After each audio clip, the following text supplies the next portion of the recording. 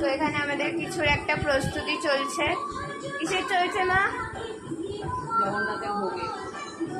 ওখানে আমাদের সবজি কাটা হচ্ছে। এখানে সব সবজি কাটা হয়ে গেছে। কি বানাবে? আর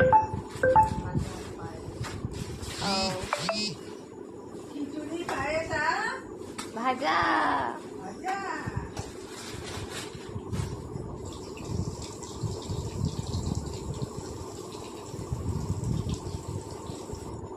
এখানে আমি সমস্ত কিছু কেটে নিয়েছিলাম প্রথমে, যেহেতু সিঙ্গেল ওভেন তাই জন্য একটু রান্না হতে দেরি হয়। আমি একে একে সমস্ত ভাজাগুলো ভেজে নিলাম, বেশি কিছু করিনি গোপালের জন্য।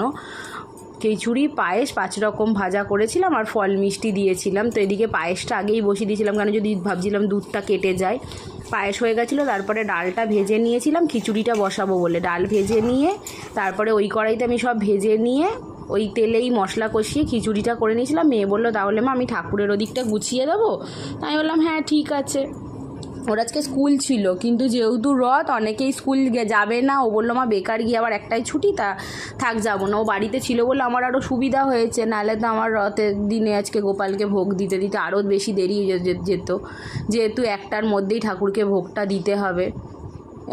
একা একা করতে গেলে আরও বেশি দেরি হতো। এদিকে আমাদের এখানে যেহেতু গরুর দুধ পাওয়া যায় না, তাই জন্য প্যাকেট দুধই কিনে এনে ঠাকুরকে সমস্ত উপসেই কিনে আনতে হয়। তো নিয়ে এসে বললো মা আমি এদিকে তাহলে স্নান করিয়ে নিই, আর আমাদের বাড়িতে প্রচুর ফুল গাছ আছে, ফুল বাইরে থেকে না কিনলেই চলে। তাও মালা ঠালাগুলো তো কিনতেই হয়।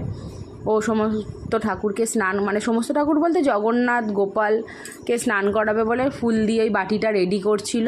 আগের বারে মানে কিছুদিন আগেই আমি মায়াপুর গেছিলাম, তখন ওখান থেকে রাধাকৃষ্ণ কিনে এনেছিলাম। আর তারপরে গেলাম পুরী থেকে জগন্নাথ কিনে এনেছিলাম। তো জগন্নাথটাকে আর পাতিনি, তো রথের দিনই পাতবো বলে রেখে দিয়েছিলাম। মেয়ে সমস্ত কিছু গুছিয়ে নিয়ে গোপালকে স্নান করিয়ে নিলে আবার জগন্নাথকে করাবে। তারপরে আমাকে বললো তুমি তাহলে রান্না করতে করতে একদিকে এসে একটু জগন্নাথকে তাহলে স্নানটা করিয়ে যাবে। আমি বললাম ঠিক আছে। ওই সবটা গুছিয়ে রেডি করে দিয়েছিল। আমি যাব একটু জলটা ঢালতে, কেন যেহেতু আমার ওদিকে গ্যাসটা জ্বলছিল। তো ওদিকে স্নানটা করিয়ে নিয়ে আমারটা তারপরে রেডি করবে।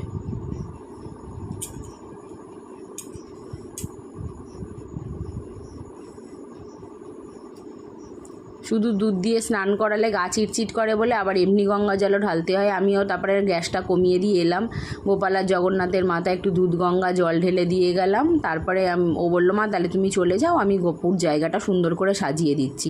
ওর আবার কারোর কাজ পছন্দ হয় না, ও এত সুন্দর করে ঠাকুরদের সেবা দেয় যে আমি নিজেও ঠিকঠাক করে ভাবি যে আমি দিতে পারবো কি না। তো আমি দিয়ে চলে গেলাম। ও বললো একটা হলুদ কাপড় পাতবো, আমি বললাম